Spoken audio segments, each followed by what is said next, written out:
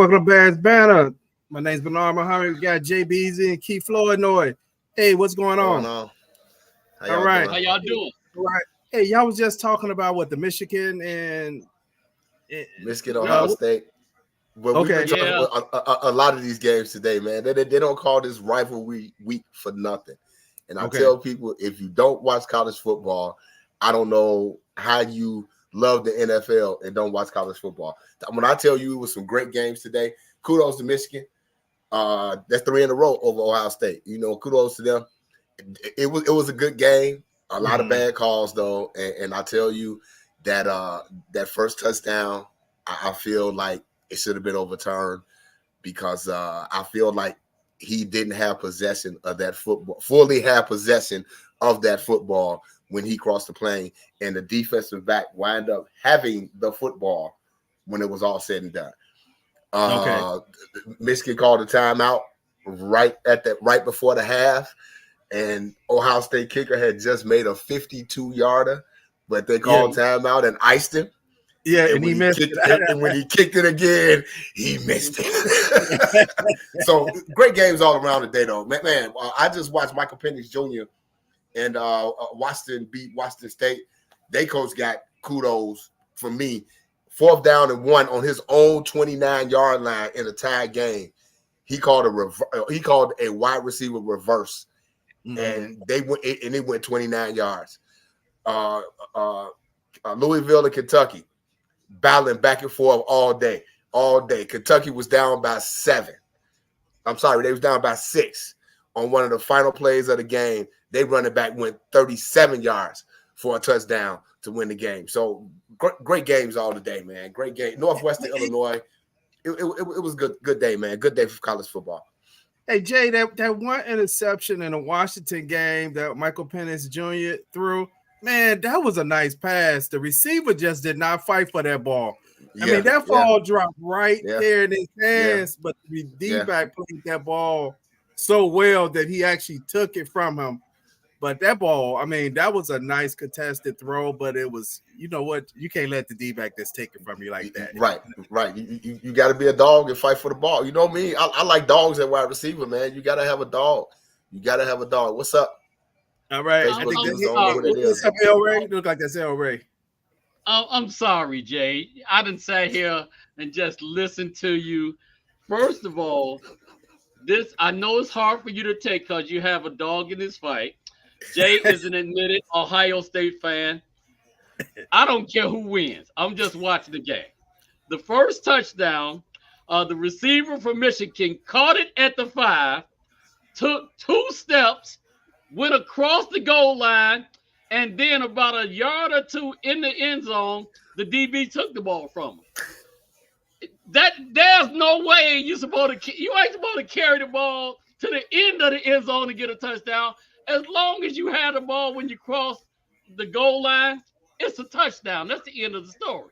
All I'm saying is he didn't have possession. I know you want to argue the point and you want to fight over the referees.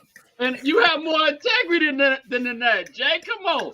I know it's hard to take because this is the 3rd straight time Michigan has beaten down the Ohio State Buckeyes. But we can't start, you better than that, bro. You just better than that. You can't start saying the referees and they cheated and it was jelly on his head. Come on, man. Hey. Okay. I mean, I digress. I still say he didn't have possession of that. He didn't have sole possession of that football when he crossed the goal line.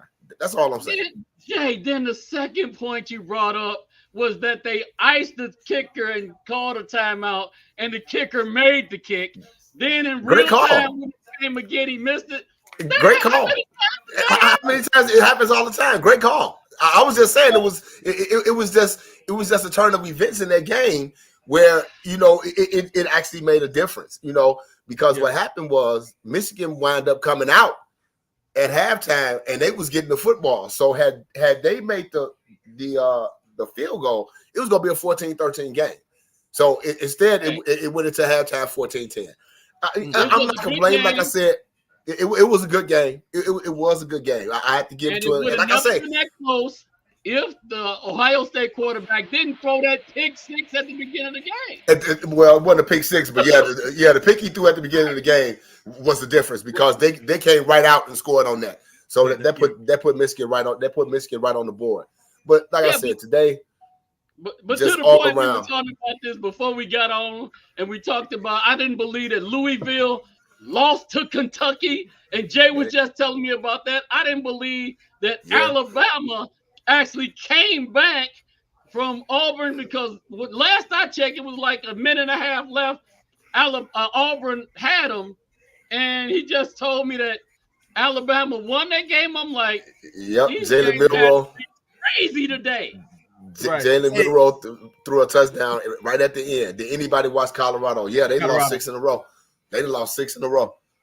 So you know what with Colorado, I think what happened as well was TCU, because it was the first game. We didn't really know what kind of team that was this year because they were there in the national championship game. So we kind of like gave Colorado. I mean, they did better than last year. I'm not saying that, but I think with that victory over TCU in the opener, it kind of made us put our expectations a little high.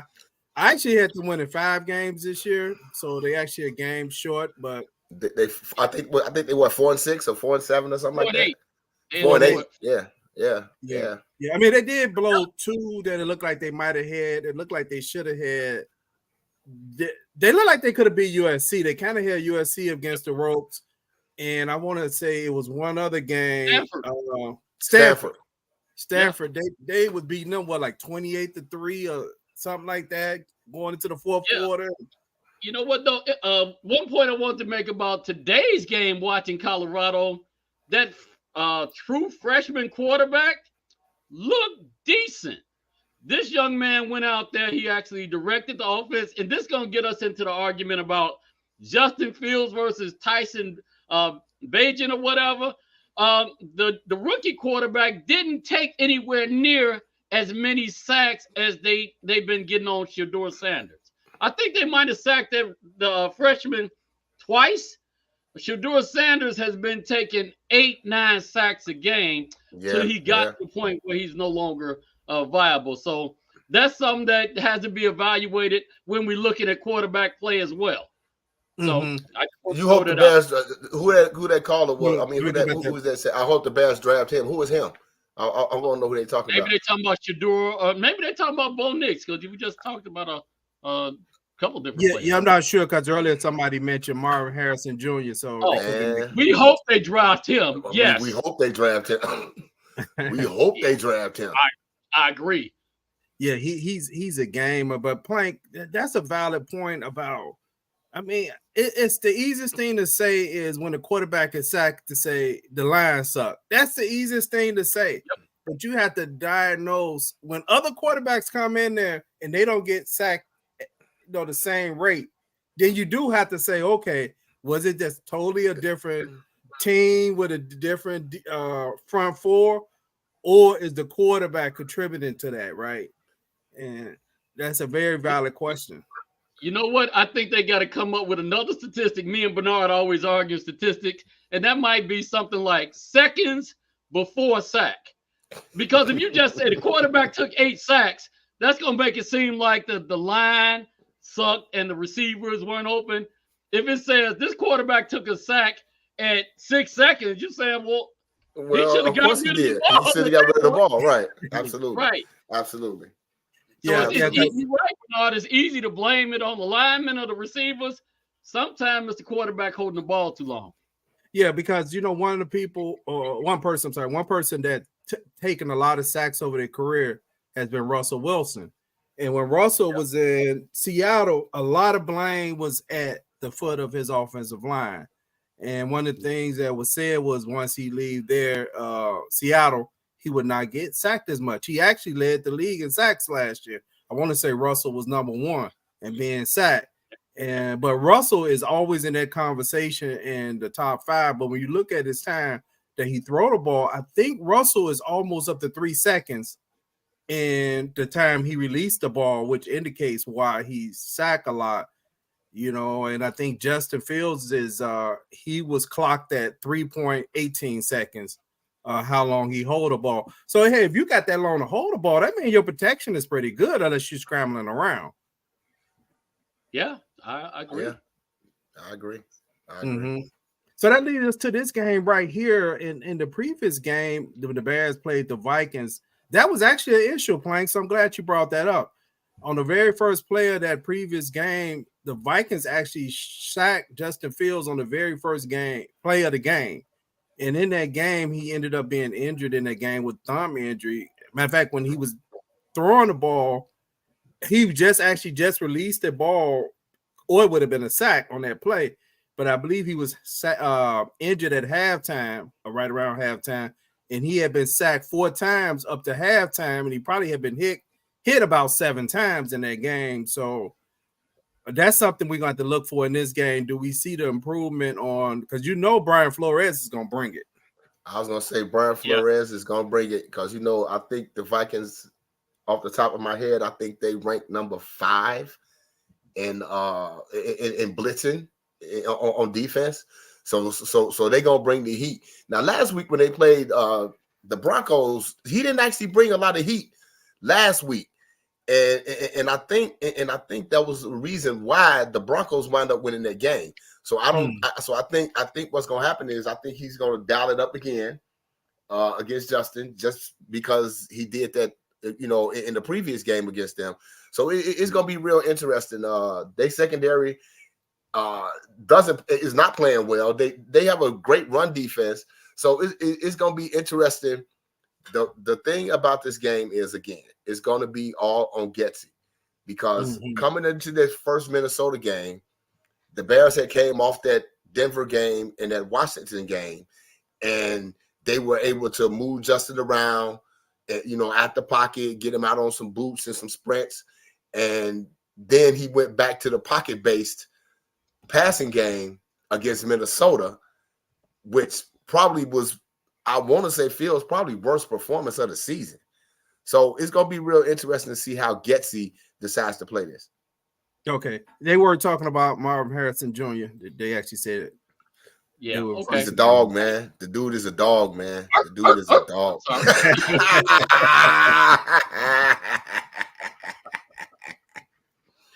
Yeah. So I just, as far as those, how long the quarterback holds the ball, that's something we better be very careful with looking at before the next draft, because you start looking at Caleb Williams, Drake May, Bo Nix, all of those college quarterbacks. First of all, there's a larger window of opportunity. The DBs aren't on the receivers as close, and all of them are holding the ball for another 10th, 200th of a second, which makes a huge difference in the NFL. It's interesting that the NFL is always talking about what the next quarterback is gonna be. We have to look at it like there are, as far as quarterback play, Justin Fields is one of the top quarterbacks in the NFL today. He has the highest touchdown to interception rate, especially over the last few games. So be careful what you wish for. You're always thinking that your next girlfriend is going to be cuter than your last girlfriend. Grass is green on the other side. Yeah. You don't have the same problems. One of them know your problems. You might as well stay with the one you already had. So I'm just saying. Yeah, Plank, when people talk about Caleb Williams, I done watched him a lot this year. He definitely was a dog last year. I would really say Caleb Williams is going through a slump this year, to be honest. They're losing games. He putting up great numbers. Hold on, my hat feels crooked. He putting up great numbers, but I think he's struggling with what he's doing. And even though he gets sacked a lot, but he gets sacked a lot because he's trying to make plays, and he make those wild throws. But you know what? The NFL, the longer you try to wait on a play, the more likely something bad is going to happen. Something bad is going to happen. Yeah, exactly. What I don't like about Caleb that I've been seeing this year is I want to say he leads the FBS in fumbles because he's holding the ball too low, and that becomes a bad habit, right? And so those are two things when you're coming into the NFL draft. Fumbles is a concern and being sacked a lot because quarterbacks in college, like you said, normally have a lot of time to throw. So I think in one sense, and this is not saying he's not going to be a great quarterback. I do think that once that you come into a college football season, the narrative is created at the beginning of the season. And then they don't change the narrative. They kind of stay on that narrative like he's a generational QB. But if you took last year workout and watched him this year, you wouldn't have that same discussion in my opinion. Bernard, in my opinion, Caleb Williams has a lot of the same traits and characteristics as Justin Fields without the speed and without the size. So he's about 6 feet. I know they may list him at 6'1" or 6, a little bit over there. He's about 6 feet, about 210, 215 pounds, runs the 40 in about 4.7. Why would you want to replace Justin Fields with a lesser version of the same guy? If nothing else, Justin Fields has actually been playing at the professional level. This is just going into his 4th year. So, all of these teams that think they're going to get a good quarterback and he's going to lead them to the promised land the first year are delusional. Patrick Mahomes, he didn't lead his team to the Super Bowl until he had a few years, and he actually had the tutelage of Alex Smith and other things going for him. So everybody's, really gung-ho about let's get rid of Justin Fields. I am not on that train. I think Justin Fields is a great quarterback. He has the ability to continue to grow. Some of the things that he does mentally, they concern me, but I've actually seen him clapping a little bit more, dancing, showing more emotion than just pouting. If you look at Caleb Williams, he has a lot of growing up to do from a mental standpoint. As a football player, I know you want to play well or whatever. You can't be out there crying after a loss. And this isn't a bowl game. This isn't a national championship game. Some people will say, it's just a regular season game because you care. No, we're going to get these guys next week, and I can't wait to beat them down. I think we should actually consider, from my opinion, I like to see how Justin finished the season off. But I would say if I looked at quarterbacks, I wouldn't put it like it's either Justin Fields or Caleb Williams. I would not narrow it down to that because to me, that's you getting caught up in the talking points of who the Bears should draft versus how players are playing currently in this season. And but to me, if you was to do a Caleb Williams, it'd be to me like you drafting the same player. And I wouldn't draft the same player. I would keep developing. If it was between them two, I would just keep Justin Fields. But if I start looking at Drake May and some of the other guys, now it's a different discussion because now you're talking about a pocket passer versus this. So there's other things I would have to look at to try to determine it. What you got, Jay? No, it's just one of the things like Plank was saying, it's the NFL. And the bottom line is, when it comes to the quarterback position at this point in the NFL, all people talk about is results. How many teams have moved on so quick from a quarterback that they just drafted? Josh Rosen, who wasn't really good, but he was a first-round draft pick in Arizona, and they came the next year. They spent a first-round draft pick on Josh Rosen, and the next year they went and drafted the little man. So now they're already looking to replace the little man after giving him $230 million. It's the NFL, which I've always said, not for long. They just don't, because it's such a money-based league at this point in 2023. Everybody's just looking for results. There's no development. And I've had that conversation with y'all before, how these colleges don't even develop quarterbacks no more. They put their best athlete at quarterback and say, we're going to have you to run these plays because it's all money-based. It's no development in the college and in the NFL. As far as Justin Fields go, I just think it's a shame that people are ready to write Justin Fields off with the bad coaching that he has had in his 3 seasons in the NFL. I still say it's the coaching of this staff that just won't allow this to be a winning team. Until we find a coach that can actually coach talent the Bears are going to be who they are. And that's just Jay, the bottom line, man. That's I just the want to make bottom one line. more comment about college quarterbacks. Oh, I'm sorry, Plank. Mm-hmm. Oh, I do think. Oh, I'm sorry. I do think that in colleges, what may be working in NFL favor right now, which I don't know how long it's gonna last. The crop of quarterbacks that's coming out next year have one thing in common. All of them been there at least 4 years. Almost all of them been there. I think that's to the NFL advantage because I could go look at the quarterbacks the last 2 or 3 drafts. None of them played enough games, and you could see it in their play. Justin Fields, one of the things that my criticism of him is just like he probably just needed another year in college because they kind of was working on stuff in the pros that, like, man, maybe one more year of college could have fixed.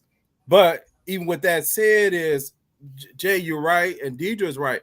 It's Michael Roy's success. If you look at Zach Wilson, if you look at it, the Jets did no better than the Bears did with developing him. Most of these teams, I know we talk about that. Most of these teams do not develop quarterbacks. All they actually do is they throw. You know what? Who gets developed? The guy who falls to the 3rd round. That's who gets developed. The guys who go in the 1st round don't get developed. They get thrown in the game. Them guys in the 2nd or the 3rd round. That's why you could talk about Lamar Jackson. Why? Because Lamar Jackson did not start right away. Lamar Jackson was playing behind Flacco for a while. You could talk about Jalen Hurts. Why? Because he was sitting behind. I can't think of the guy's Carson name. Wentz. Carson Wentz. See, they were lower round 1st round picks or early 2nd round. I think they were lower round 1st round picks. They had times where the expectation was low, the money was low. They could wait a little bit. And it's one of those things where it's like if you get drafted in the 1st round in the top 5, you expect it to be a starter. Look at Bryce Young. There's no way Bryce Young should be starting in the NFL right now. No way. Hey, here's my problem with the Bears scouting team. The same scouts that picked Mitch Trubisky are the scouts that are talking about being able to pick the next quarterback. So if you weren't able to evaluate that draft of the 2017 draft to see that Mitch Trubisky was nowhere near on the same level as Patrick Mahomes or Deshaun Watkins, why should you get another kick at the can? Yeah. But I still say it. I swear to God, y'all, I'm not gonna mention this no more on Bears Banter. Yes, you are. No, I'm not. No, I'm not. I'm not gonna mention this no more on Bears Banter. Everybody say the Bears passed on Patrick Mahomes. So the other 9 other teams. And guess what? Had Patrick Mahomes got drafted in Chicago, would he be the Patrick Mahomes that we see on the State Farm commercials? And that's my point. That's my point. Like the Bears passed on Patrick Mahomes. Who is he gonna be throwing to? Josh Bellamy and all these other guys. All these other. It ain't the same. It's not the same. I'm not even mad that they really passed on Patrick Mahomes. I'm mad that they traded up and gave away a game in order to do it.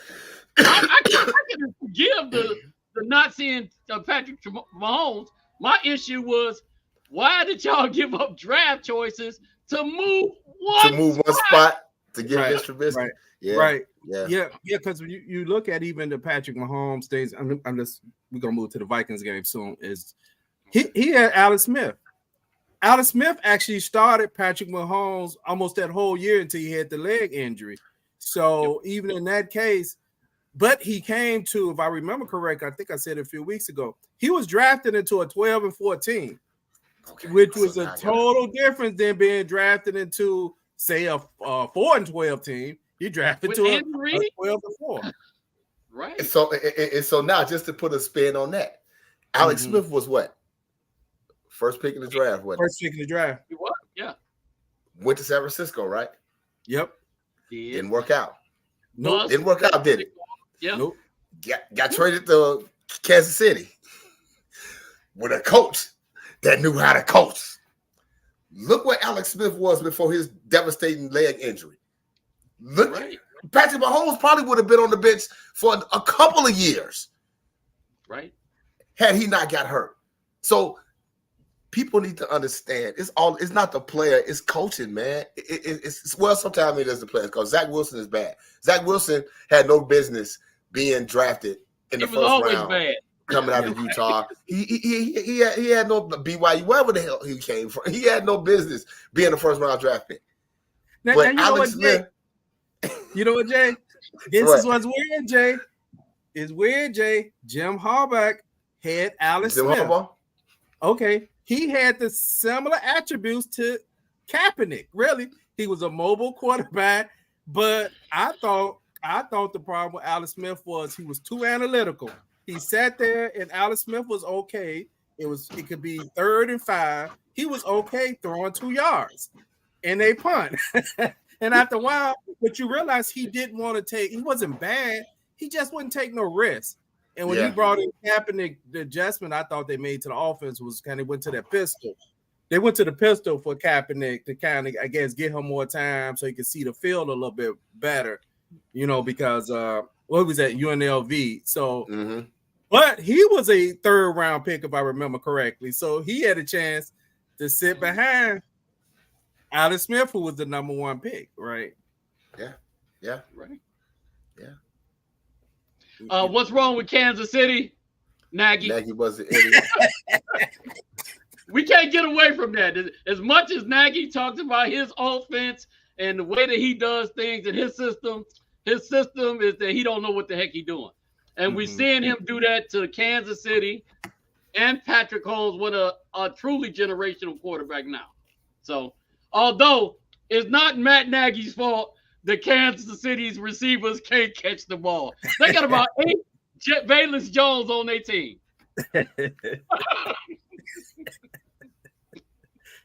Yeah, they made a lot of drops in the last game.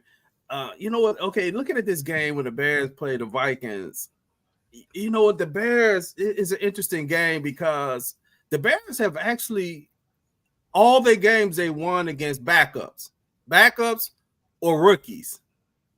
And I don't know if this plays into their favor because you got Josh Dobbs, who's been a kind of career backup, probably been on about 9 teams. And he seemed to kind of found his groove a little bit in with the Vikings. But I will tell you this, Josh Dobbs fumbles entirely too much. I was laughing last week, and that's not to take that he's not playing well, but that's something that could be exploited, that fumbling, because I want to say last week he fumbled on the first snap of the game, but he was able to pick it back up and gather it. Then I want to say he fumbled twice, because I think I said he fumbled twice in the same play, because he fumbled on the snap and then he dropped back and they hit him and he fumbled again. Here's my problem. I'm going to start talking about a lot of problems I think are happening with the Bears, and it goes directly back to coaching. They are trying to use a platoon system with the defensive linemen. So you pay $25 million a year to Montez Sweat, and you then try to support what we platooning him. Hey, you can pay me at 59 years old $25 million. I'll never come out another play. I'm gonna play every play. I don't care if I'm tired. What you got, Jay? But you know what? To your point with that, last week against Detroit on that last drive, Tremaine Edmonds wasn't in the game. Montez Sweat wasn't in the game. They say Montez Sweat played 63% of the snaps last week. If I done gave you $100 million, you're going to play more than that. Yep. Now, as I was that's 14 minutes, Jay. Right, that's right. 14 minutes. As I was looking at this, I'm like, okay, is it the scheme that Eberflus is calling that's not allowing him to be on the field? Because when he was in Washington, he played 98% of the snaps on a bad team. Now you on a bad team, and now all of a sudden you like, well, I only want to play 63% of the snaps. So it's crazy to me. I understand you want to keep your defensive line fresh. But in a game like that, when the game is on the line, you should have your best players on the field. Yeah, Jay, I'm tell you the truth. This is what really happened. He just lying. Basically, he's trying to be the head coach and a defensive coordinator. Exactly. They kept moving the ball, and he probably didn't realize Montez Sweat was in the game. Because why? You're trying to do two jobs. And instead of just calling time out, that's what you got them for. You may not want to use them there. Call timeout to get your best player in the game when you realize that y'all not stopping them on this drive. That's why I keep saying sometimes you got to call time out when your defense is getting smoked to at least get them a break, and then you could talk to them, but make sure you got the right personnel set on the field. He's lying. Excuses are tools of incompetence. Excuses are tools of incompetence. That's exactly what it is, because you're right. And Pickens are both rookies, and both of those young men are being played out of position. Dexter would be a much better nose tackle than a Russian defensive tackle. But, it's Eberflus is like, this is my system. It's going to work no matter what. And we 29th in the league in scoring defense. At some point, you are what you think, what your record says you are. Right. Part of our issue ends up being this is bad coaching, and it's bad coaching at many levels. So this is pretty ridiculous. And Edward Junkins, I like what he said. Sweat not playing is not his call. The stupidity is they think that D linemen coming from another team need to learn the scheme. He played with his hand in the dirt, has been playing all year. Watch it. Lead a man in the game and let him do what he do. You are exactly right. You are exactly right. We're gonna say, well, what's the defense we in? Hey, you go get the quarterback. Got it. You're a pass rusher. You're a pass rusher. Put your hand down. When they snap the ball, rush the quarterback. That ain't nothing to learn. That's not a scheme. No. That is not a scheme. Rushing the passer is not a scheme. You say there's 30 seconds left in the game. We 75 yards away. They gonna pass, so you should just pass rush. I don't know why somebody has to explain that to a NFL coach. That's ridiculous. Yeah, you know what? All it takes when a player come on your team like that is communication, right? The defensive player, if you're doing some kind of stunt, you just talk to each other. That's all it is, right? I'm gonna do a delay stunt, whatever, right? It's communication. So all they need to do is improve the communication. Hey, this is what we're doing on this play, right? If you call something he's not sure, you just tell him. Now, I will like to see the Bears defense communicate more. I mean, if you look at most of these defenses now in the NFL, you see very little communication that's noticeable now, right? It's kind of like everybody get in their formation, the offense start calling audibles, and the defense just stand there or they make shifts. You go back to the days like Ray Lewis and some of them not too many years ago, you seen the mic and everybody talking. You seen the secondary coming up saying something to guys. You literally see guys down covered, and they just call timeout instead of telling the guy go over there, When I was in high school, me and my safety, Barry Kimmons, we used to be hollering and screaming stuff, and it wasn't even real stuff, but nobody knew that. We'd be like, hey, don't bite him. All these hand signs, all these dummy signs. Like, hey, 2-1. We just saying stuff to make it seem like we making it way more complex than it is. And the other team was like, they must gonna really do something. First of all, back to Montez Sweat. It's inexcusable not to have him in the game at the end of the game, because this is a player that plays the pass equally as well as the run. Whatever you throw at him, he's going to be able to handle. He's a dog. Let him bite. Let him bark. Let him go outside scratching. This is what you bought him for. So, again, this points back to Matt Eberflus. I hope they don't get rid of the GM, because I think the GM has done a great job. It's coaching. But even when you fire the coaches, you don't necessarily get rid of the whole coaching staff. That's how Vic Fangio ended up still staying with the Bears on the previous regime.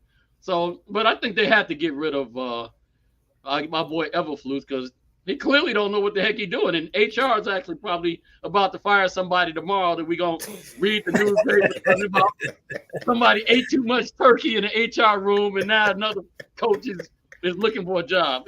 It's ridiculous. Plank. So if you look at that game, Detroit was still running a lot, even in that drive, right? Those two drives. It wasn't like they were just passing the ball. They was running as well. So why wouldn't you have arguably your best defensive player on the team right now on the field? And like Jay said, he was on the field 63% of the time, right? Okay, they were only on defense 20 minutes. So if they're 63, that means in actual playing time, that's only 14 minutes out of a 60-minute game that he actually was on the field. So it's not like he was tired. That would even the case of being tired. But it shows that Flus, I believe, did not replace his defensive coordinator. I think it was a coordinated effort of not replacing anybody to kind of hamstring them from not firing him, right? I don't know, right? Because there's nobody for him to delegate these duties to right now, right? Because now you're into this was the second game of the season that he got fired. This is the only team that I know that possessed the ball 40 minutes. It created 5 turnovers and lost the game. That's a fireable offense. Mm-hmm. That's fireable. How do you possess the ball 40 minutes in a game and create 5 turnovers and you lose? That's a fireable offense. Their defensive coordinator. Say it again. Washington Commanders just fired their defensive coordinator because he sucked up a game on national TV. Mm-hmm. So the Bears, they are unjustified in not doing something, at least making it look like something. A new candidate I got for the Bears for the Stealing Money Award, Yannick Ngakoue. Yes, indeed. That guy ain't the quarterback or wide receiver or running back in the last 8 games. Yes, indeed. And they're paying him $10 million a year just to do that. So $10 million for 1 year. What you $10 million for $10 million for 1 year. And just like Pittsburgh. Pittsburgh just fired Matt Canada. He's the first coach to be fired in Pittsburgh history since 1941 during the season. Yeah. Like I said, Pittsburgh is a stable organization. I'm 54 years old. They hired Chuck Noll in 1969, the year I was born. They had Chuck Noll, Bill Cowher, and now Mike Tomlin.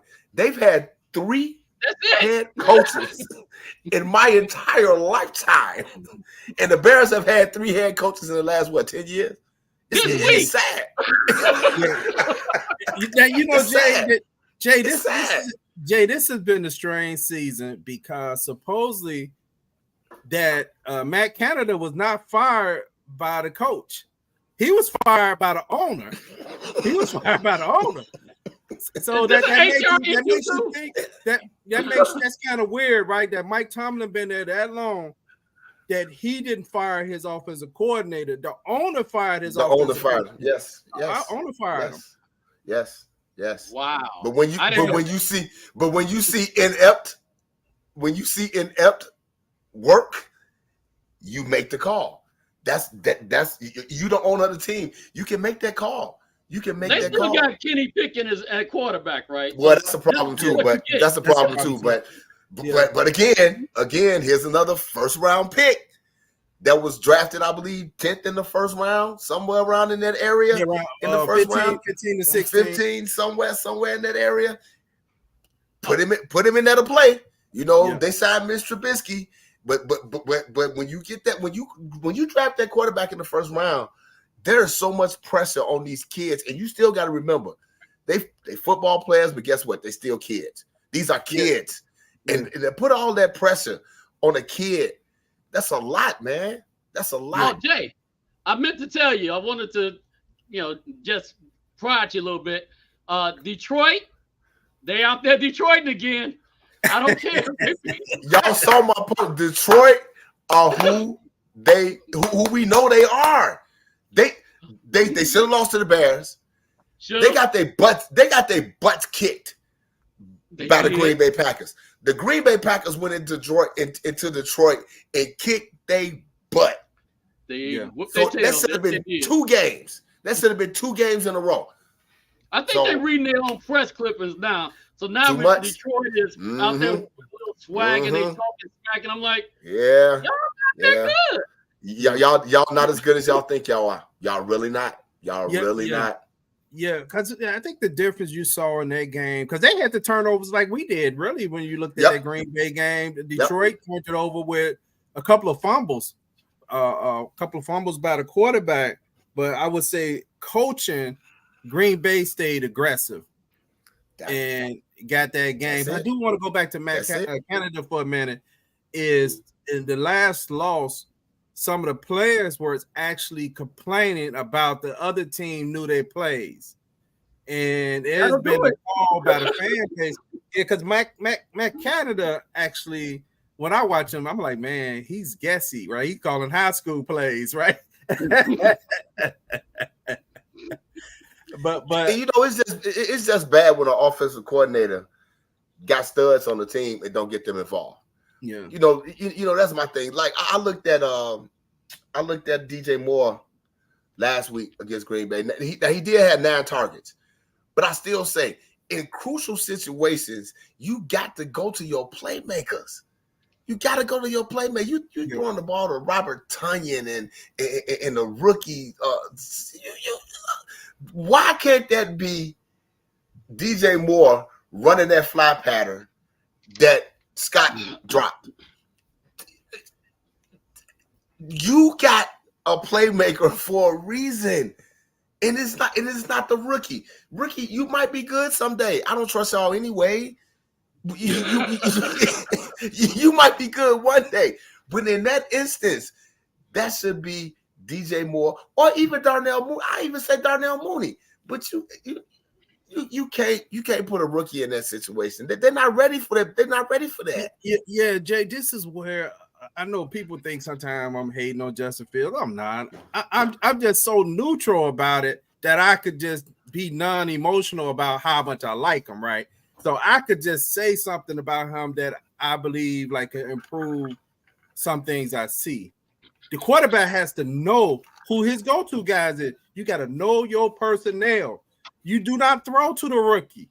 You throw to DJ, right? But at the same time, you don't call that play Getsy. You don't call that play for a rookie. If you call that play, that should be DJ Moore running that route.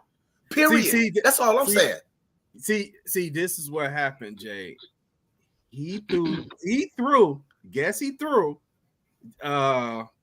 Fields under the bus on that play. It was real subtle, but in his press conference on Wednesday, he actually indicated that the first read on that play was DJ Moore. He indicated that. I mean, that what kind of, that's why I would say they trying to sabotage him, because they say stuff about him that they don't say about other players. To me, when his other players is all positive and this and that, and they act like, you know what I'm saying? They'll be like, oh, everybody played great. But when it comes to Justin Fields, you can see these little things that Gessie and Flus would say that to me, like, okay, then if you coach that way, why you don't do it to everybody? He's the only person that you kind of do that to. But I do think, but that's just part of growing. I won't hold that against him because it's part of knowing your personnel. It's just like in basketball. That's why sometimes people criticize LeBron and, last second shots, right? Dude, you're the best player on the team. Yes, this probably the right basketball play to throw it to this guy, right? But in reality, you're the best player on the team. It is better you taking that shot than that other guy, right? And so that's that debate with that sometimes you just gotta. They're just like at the end of the game when they was driving. If it's a zone read play, if I'm a defensive player, I'm trying to force it out of Justin Fields' hand. That's what I'm trying to do. I'd rather deal with whoever they give it to. That's when in those plays where you got to maybe think about I may have to go and keep this one, right? Because that's what they're trying to do. And right. So those are times sometimes you're may have to take the chances on those zones in the late part of the game because he may be more loose. He's more elusive than the running backs. I mean, it is what it is. It's elusive, more elusive. And then, like I said, even the last play of the game with Justin fumble, you got your rookie right tackle out here. We backed up on the goal line. We backed up on the goal line. You got your rookie tackle out here. You got a stud in Aiden Hutchinson. Now he's a pass rusher licking his chops. He's licking his chops like, okay, this is the end of the game. I got this gas in me left to go these last 5 miles. I'm finna put it in gear and I'm going. And you don't put a running back, a tight end, anybody over there that can help protect your quarterback with a rookie tackle. Same play that he called in the Tampa Bay game.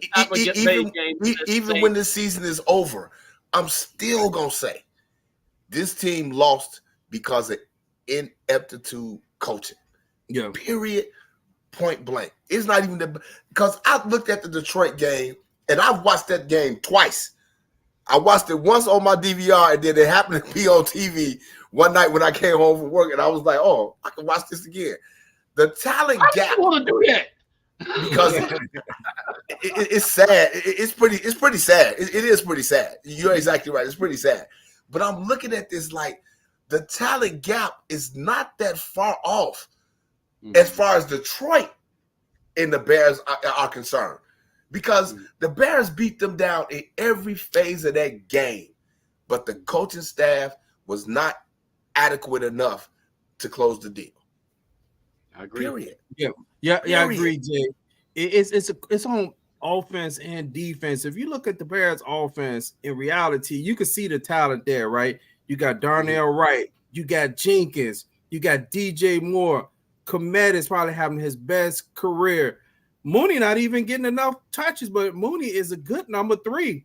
I mean, I think he was targeted twice in the last game. He caught one, and I think the other one he was overthrown or something. But you could see if you look at the backfield, you got Roschon Johnson. You actually got a 3-headed monster that you could actually run the ball with. And it's a shame when you have games like last week where between the 3 of them, maybe they even have 20 carries between the 3 of them. I mean, come on. Right. What kind of game plan is that? So it's coaching across the board that's failing them across the board. Well, yeah, Plank. That was this other play I was watching over on Thanksgiving. We had 3 games on Thanksgiving and a game yesterday, so I had a lot to comment on. Darren Bland, you can catch the ball as a DB and run it into the end zone. You can do that. I thought that was illegal or something. Apparently, this dude did this 6 times in 1 year. And we got quarterbacks talking about pay me because he did it 3 times in 4 years. Man, look. Bland, he ain't no joke, man. The dude has a knack for the end zone. This dude got 6 pick sixes in one season. That's okay. Some people don't have it in their whole career. He has it in one season. So yeah, it's yeah. Well, they compared him. Some of the commentators tried to compare him to Deion Sanders and were like, "Hey, he's as good as Deion Sanders." No, because the reason you get 6 picks is because they still throwing at you. With Deion Sanders, they say we're not gonna throw it on that side of the field. With Revis Island, we never gonna throw even around him because they can see that he's a generational player. So we ain't gonna give him Deion Sanders credit quite yet, but he's much better than the guys that we got out there that's talking about he want to get $25 million a year. Yeah, I'm just saying. Yeah, Mike Day, I agree with you.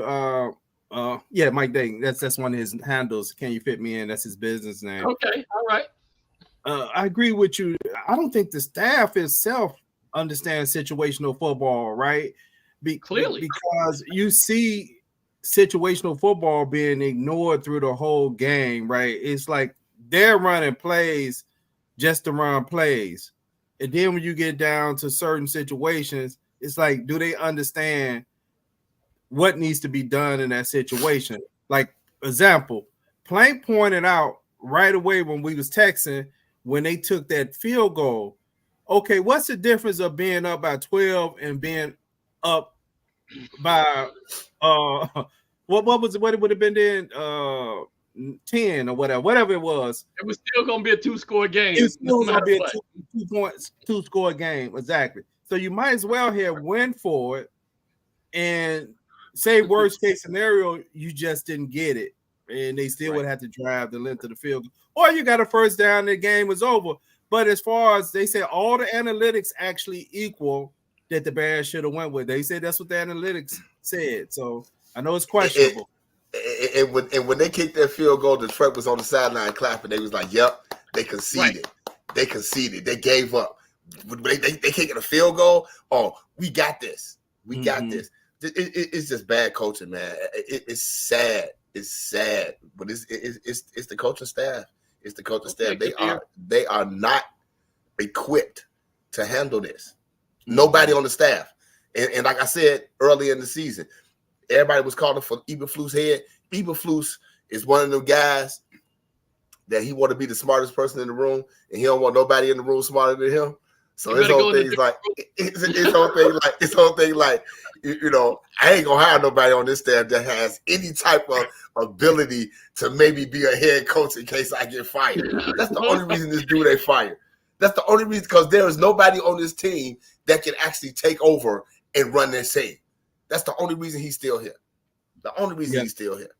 Yeah, because Jay, if you even go back to Nagy, much as I dislike Nagy, when you go back to Nagy's first season, there were actually some consultants and other people that was on his staff that had head coach experience. I can't think of the guy's name.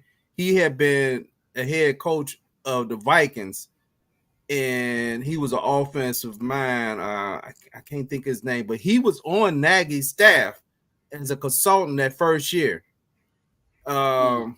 He was the Vikings head coach maybe around 2012 or 13. I can't think of his name, but if it come to me, but that's why initially Nagy offense looked a little better at first. He and all that other stuff he was running, yeah. Because you remember they was running. Because if you look at it, it had a drastic change for the 2 years. I'm not saying it was great, but you remember that first year, there was some creativity to it. You saw shuttle passes. You even seen some weird stuff where they had the punt team out there, and the whole punt team ran off, and the whole offense ran back on, right? You saw stuff like that where you was like, okay, maybe this guy got something, right? And then after that, it kind of disappeared. But because you remember Nagy, and that was the thing that made me mad about Nagy, because that first year when the Bears went 12-4 with Nagy, he was real creative. Remember the Santa sleigh and all that stuff. Right. We didn't see none of that stuff after the first year. So you know, it was like, you know, when you think you know everything, which is what Nagy's problem was with his whole play sheet, be you. Sometimes you can't be you. You can't be you. And I think the coach you talking about, was it Brad Childress? Brad Childress, yes. Brad Childress. Okay. Yep. Brad Childress on that staff, correct? He was on that staff in 2017. Yeah.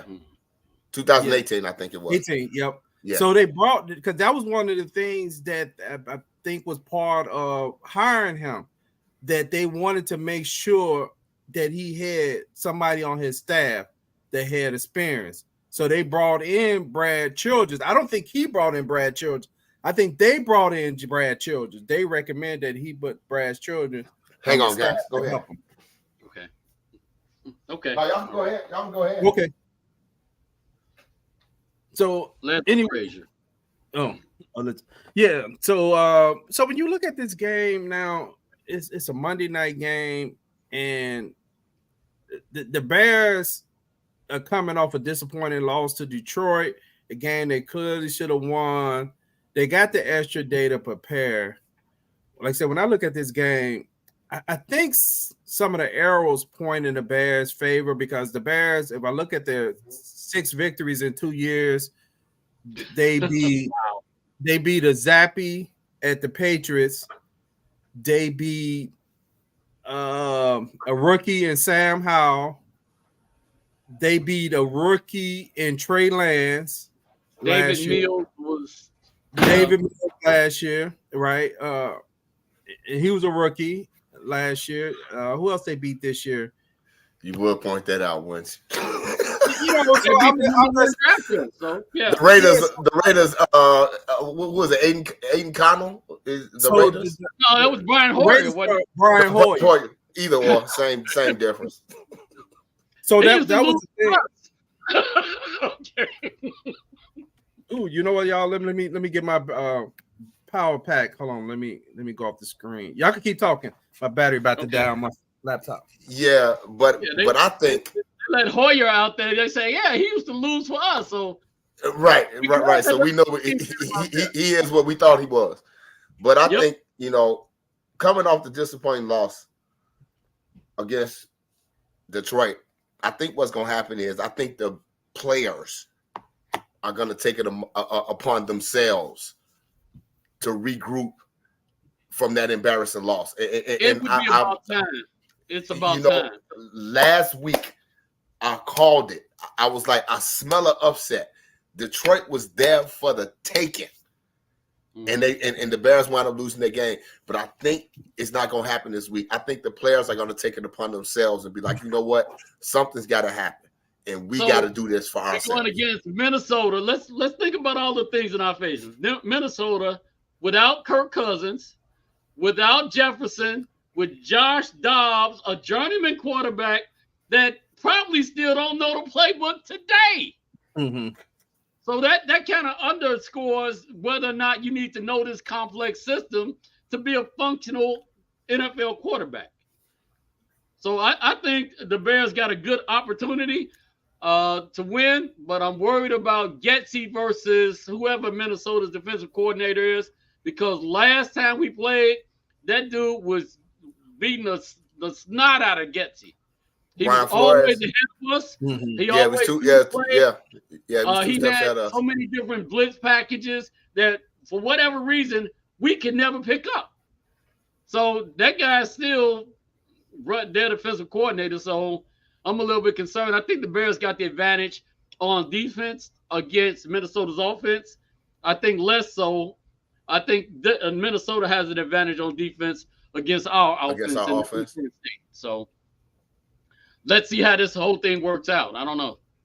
Well, I'm picking the Bears. I'm picking the Bears again this week. I smelled the upset last week, but like I said, I think the players are going to take it upon themselves this week to make it happen.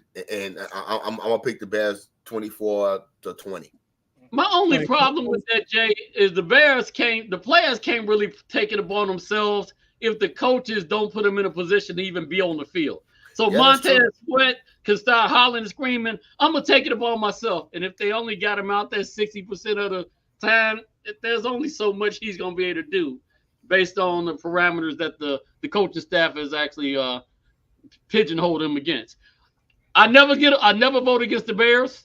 You already know that. I went through my whole year picking the Bears every game 2-0. But this year, I got the Bears. This week, I got the Bears 27. Minnesota 18. Okay. Hey, I see we have a couple of viewers out there. Thank y'all for watching Bears Banter Talk Show tonight. Make sure you hit the subscribe button if you're watching on YouTube. If you're watching on Facebook, join the Bears Banter Talk Show group before we close off a mission to the group. Hey, we have to that next target, Bernard. I know we were 9 users away last time.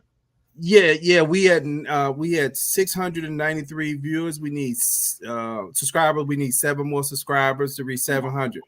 There's 7 people. 7 people. That's real easy. Unapologetic Truth that's watching us on YouTube. Thank you for tuning in. He has the Bears winning. What's that? 31-28.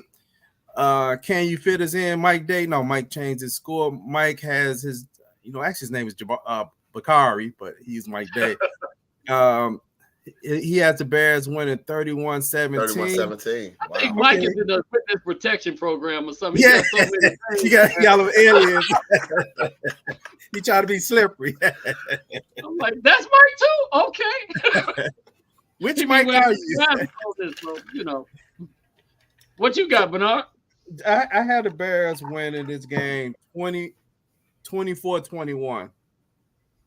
Okay. So I got the Bears by 3. I think if the Bears stick to running the ball, it doesn't have to be balanced, but just run the ball more than you actually pass the ball, and get the ball out your hand, because they're gonna try to blitz you. Do some draws, etc. And I think the Bears gonna be able to capitalize on defense, because now all these turnover potentials that they had early this year that they were missing, they're starting to capitalize on those turnovers. And I want to say this: the Bears fan need to give TJ Ellis his recognition. People do not want to give him his recognition. He leads the NFL in tackles. He's always around the ball all the time.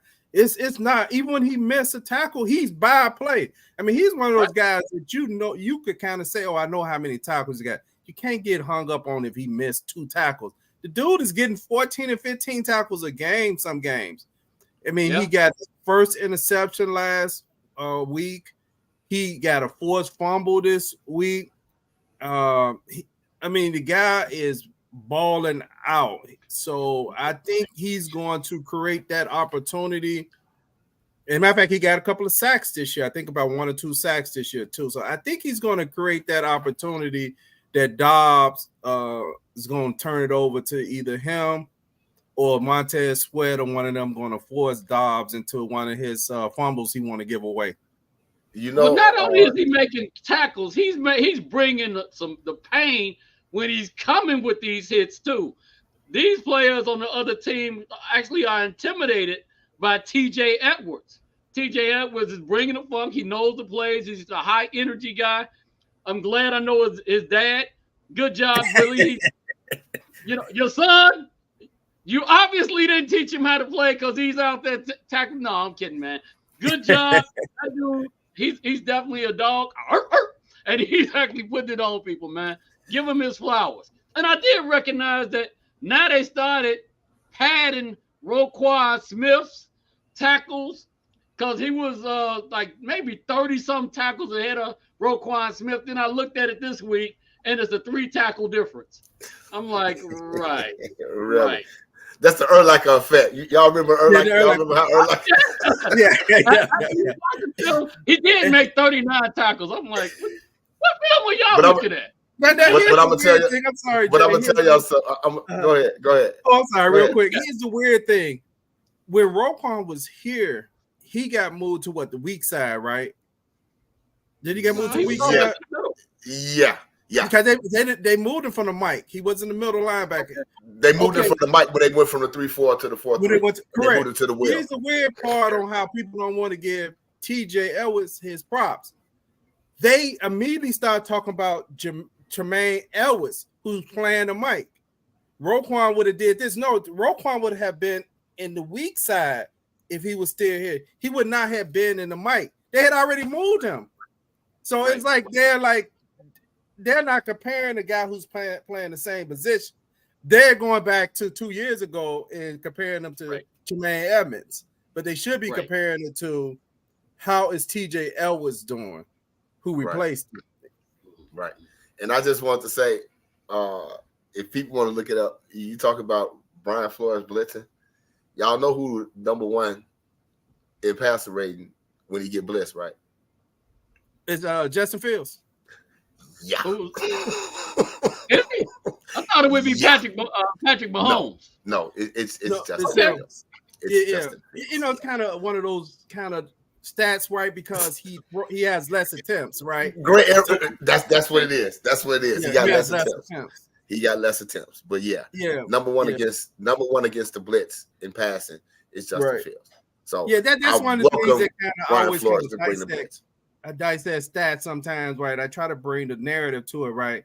So I know me and Mike Day was having that argument earlier this week, but basically, right? If you have less stats, right? I mean, less attempts, right? Then it's kind of a distorted stat, right? Because a guy who's throwing the ball 40 times versus a guy who maybe say throwing it 20 times. 20 times. Correct. his opportunities against the blitz are less. Right. Then the difference of a guy that you also have to factor in, was you successful against the blitz because you ran the ball, right? It's all kind of factors in there. But I know they take the quarterback rating and say, what is your percentage of rating against the blitz? And I know this is why I love Bears banter. Y'all, it just be broke down to the simplest details. I love y'all. I swear to God. I love y'all. It just breaks down to the simple details, man. Something did happen on the game on Friday. I wanted to mention. We saw that Hail Mary at halftime that the quarterbacks tried. That ended up being picked off and ran back for a touchdown. So there's really no reason to throw a Hail Marys just because it's halftime. Because most of the times what happens is your quarterback rating goes down. He's a little pissed that he had to throw it. I still remember the game early this year where Justin Fields had completed 14 passes in a row, and they broke the streak by making him throw a 60-yard Hail Mary. It makes no sense. So they need to get that analytics out of the equation altogether. Well, I was going to say, y'all know Aaron Rodgers, he refused to do Hail Marys now. You know, earlier in his career, he would do it, but hey, that's going to affect my passing rate. I'm not trying to do that right now. End of the game is an entirely different situation. You trying for something versus halftime. That don't make any sense. Yeah. Okay. Who did Air Ray said Roquan played the same position as Shaq Leonard. Yeah, you know, Shaq Leonard came up this week. The coach just cut him. And I think he's had 2 back surgeries or something. It's some kind of injury he had. I know people had said, should the Bears get him? I don't know if it's worth it at this point. I mean, I ain't saying in the off season where you could go through some training camps, but at this point, if they cut him this late in the season, why are they cutting him this late in the season? So, and he's been unproductive. I don't think he had a sack in 3 years. But guess what? I saw a couple of days ago the interest, the Eagles and the Cowboys. So he's going to wind up somewhere, and he's going to wind up on a contender. Okay. And any spot play that he can get, he'll get it, and he'll be successful. He'll be successful. Yeah. And in those teams, it makes sense, right? Because you're getting the Eagles. What you need from him is so minimum. Right, that you need from it. It's just the rest of players. Yeah. And what we can't do is we can't get all bent out of shape. Let's say if the Eagles sign him in the playoff, he make a couple plays. Right. Typical Chicago Bears fan. Right. See, we should have got him. What are you talking about? This is a totally different situation. This guy playing with Jalen Carter and a bunch of dogs. They could break him in, and he could benefit right away. Well, I was going to say, most Bears fans, as soon as somebody hit the waiver wire or they get cut, the Bears should sign him. No, they shouldn't. Come on, man. Come on. We're not trying to sign everybody because we need to bring back Matt Forte.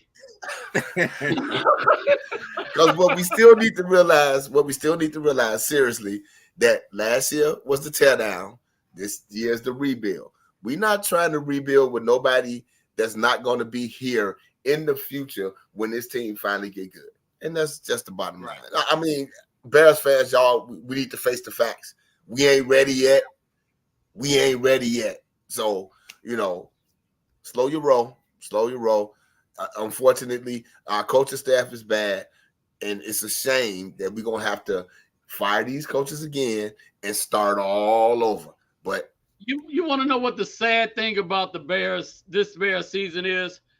Every commentator that I've read, every reporter says the Bears have another losing season, and I'm like, wait a minute, they're 4-8.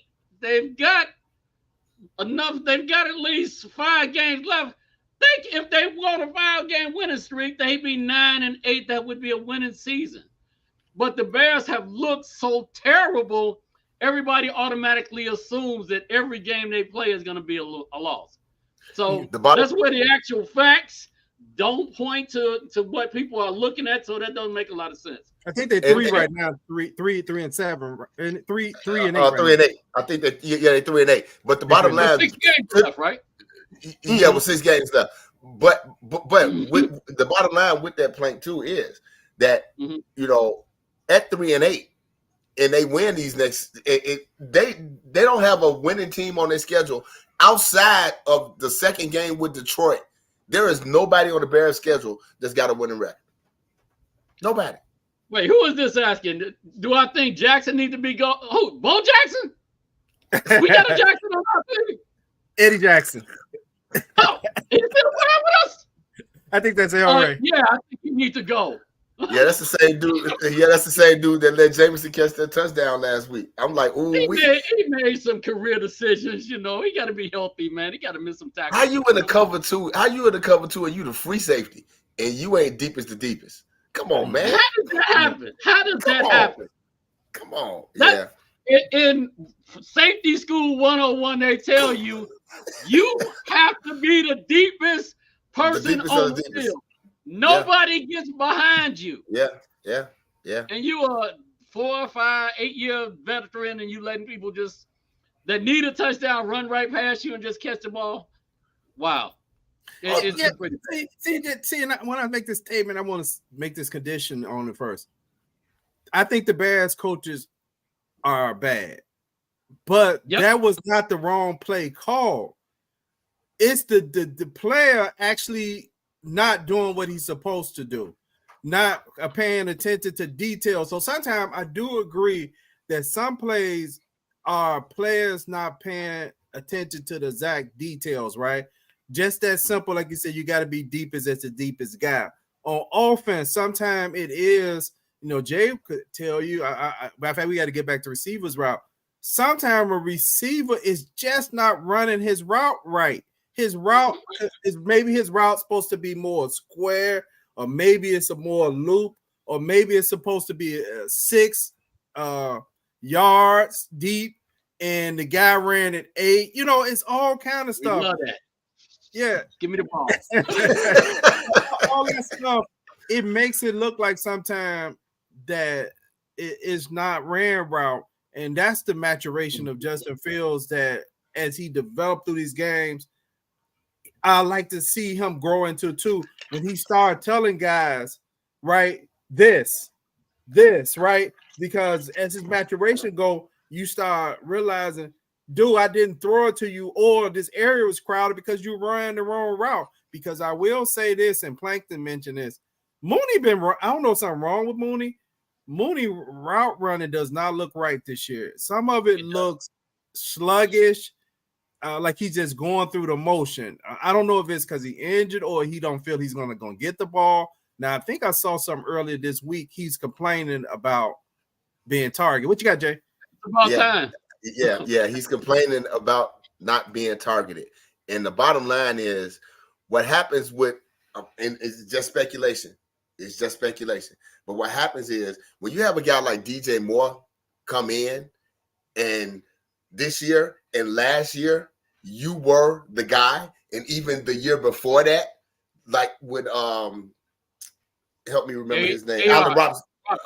With Allen Robinson's final year, when all of a sudden Darnell Mooney emerged when he got his 1,000-yard season. So when you got a dog that come in like DJ Moore, and now you got to play second fiddle, and actually he's playing third fiddle now because Komet is actually the second fiddle on the pass tree. You tend to not run your routes as crisp. You tend not to run them as fast. And you now is starting to complain about, hey, where do I fit at in this offense? So I do see that, Bernard, from him, where it's not like he's giving it his 100%. But at the same time, you're a professional. That's not supposed to let you, and you in the contract year. So that's another reason why you're complaining, because you're like, hey, y'all making me look bad. But Darnell Mooney is probably, unfortunately, I hope it don't happen, but I think he's going to wind up going somewhere else, and he's going to wind up flourishing after this season. But I would love to see, and I'm getting off script as I normally do, but I would love to see the Bears re-sign Mooney and draft Marvin Harrison Jr. Oh my God, DJ Moore, Harrison Jr. and Darnell Mooney. Oh, that's Jay, like a quarterback's paradise. I have a question specifically for you. I've been watching these NFL games this week, and I just started pondering. How many wide receivers in the NFL do you think can actually catch? Because I saw so many receivers dropping very basically thrown passes. I'm like, have wide receivers forgotten how to catch the ball? Most teams, it's 32 teams in the NFL. Mm-hmm. It's 32 teams in the NFL. Most teams got 2 good wide receivers. So we talking about 64 wide receivers, right? Yep. The third wide receiver on every other team is really just a guy. A jag, as we call him, just a guy. He's just a guy. So really, you only have really like 64 good wide receivers in the NFL. But because you have to carry a roster, you're going to have maybe 4 or 5. And the 4th receiver and the 5th receiver, most of the time, you don't even know who they are. Because can y'all name the 4th and 5th receiver on the Bears team? Nope. Equimini and St. Brown. Equimini and St. Brown. Is he just a guy? But you know what? David Stone's just a guy. We get to the point that when receivers are dropping passes, we're blaming that on the quarterback. Patrick Mahomes, I just watched that game, and they're talking about how Philadelphia really destroyed them. I said, wait a minute. He had an opportunity to win that game. Patrick Mahomes hits the receiver in the hands at the 2-yard line, and he just drops it. We'll just think Kadarius Toney in the opener against Detroit. He dropped 3 passes in one game. I saw him drop passes on Thursday too. So I'm like, how many receivers? I'm used to DBs not being able to catch. That's kind of expected. But wide receivers, the expectation should always be that the ball is going to get thrown to you. If you're supposed to run a 6-yard route and you run an 8-yard route, that's delicious. I'm going to eat that all day. I'm looking forward to that. That's why you always see. That's why you always see when you see these comparisons, you see like wide receiver duos. You don't never see trios. The only 2 trios I can ever say that was good in the NFL was when Marino had his guys, and then Washington had the 3 amigos. And I'm sorry, I take that back. Denver had in Elway early years. He had some guys, but normally you always see a duo. People talk about wide receiver duos because that's pretty much it. Your third guy is just an average guy, and then your 4th and 5th guy really they just guys. Yeah.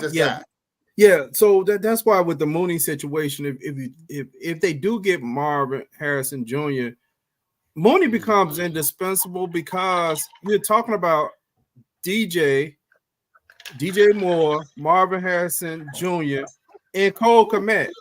That means Mooney will go to the 4th. You're not about to pay the 4th guy market value because really, if you look at it, that person may be lucky if they catch 30 passes. You know, and that's what you throwing the ball 40 times a game that he may get 30. So you could look at how he's trending right now. I think Mooney has less than 25 catches this year. I haven't looked. I think he got more than that, but go ahead. He's making every catch that he makes look difficult. And for a guy with his kind of route running ability, with his speed and his hands, Mooney has a great set of hands. Yeah, but it doesn't come through whenever you're watching it on the game. He's working.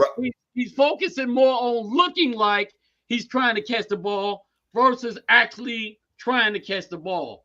And it's a nuanced difference, but you can tell if you know what you're looking for. And y'all know I've always liked Darnell Mooney's route. Darnell Mooney is a route runner.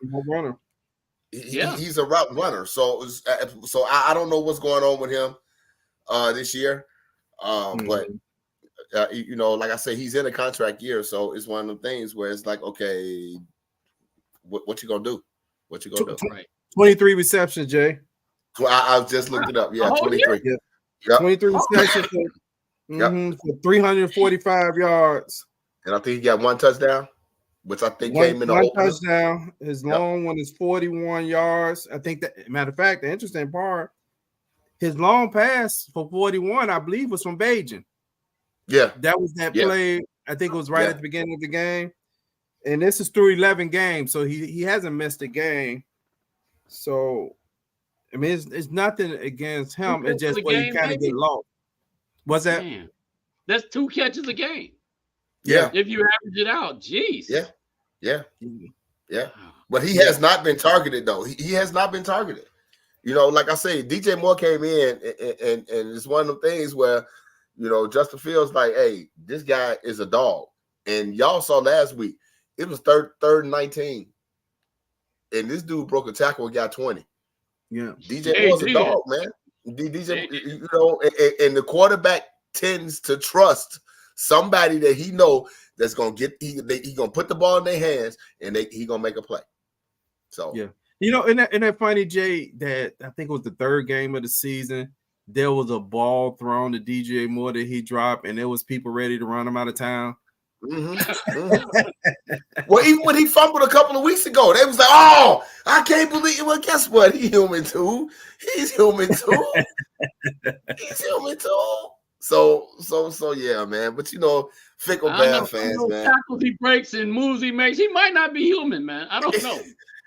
I disagree. He might actually be human. You know, fickle Bears fans, man. You know, anything happen, they just be like, "Oh my God, this guy." It's just like the whole Tyson Basie got a fan. Oh, you know what? Let's end this, y'all, because now I'm finna get mad. I'm finna get mad. Tyson Basie got a fan page, y'all. He got a fan page. Tyson Basie got a fan page. Quarterback. But if you take the time to go on his fan page, because I had to do it just because I stumbled upon it. I had to go on his fan page on Facebook, man, and just to read the comments and the things that people say. I was like, oh my gosh, y'all gotta be kidding, right? Y'all have got to be kidding. Jay, it almost remind me of that craziness with what was the guy's name? Josh McCow. Okay. Josh McCown and Jay Cutler. The Jay Cutler, Josh McCown. Yeah. Josh had, and I had to get to it. Josh had about 4 or 5 games where he played good. I think Josh played about 6 more years after that season and only won 3 more games. Most of his wins his whole career was that little 4 or 5 stretch with the Bears. But from that little time, everybody kept thinking Josh was a starter, right? Because I remember. Because I remember he left here in Chicago, and Tampa Bay gave him like what, a 2-year, like $15 million contract or something like that. Yep. Cut it out, man. Y'all, like I said, fickle Bears fans, man. But okay, I digress. I'm done. I digress. You're not wrong. I digress. Hey, I know we went a little long today, but we was talking about college football today, and there was a lot of football this week. I mean, we had 3 games on Thursday. We had our first Friday game in the NFL. I don't think there's ever been a Friday game before. Nope. And so there was a whole lot, and there was some real good college games today. But anyway, quick recap: the Bears had Jay had the Bears winning 24-20, right? Mm-hmm. And Plank had the Bears winning 27-18. Yeah. And I had the Bears winning 24-21. And there was a couple of people that put their predictions out there. So we'll see y'all Monday night. And hopefully we'll be having a victory Monday as the Bears, you know, try to get everything together. There you go. All right. Thank y'all for tuning in. Peace. Peace out.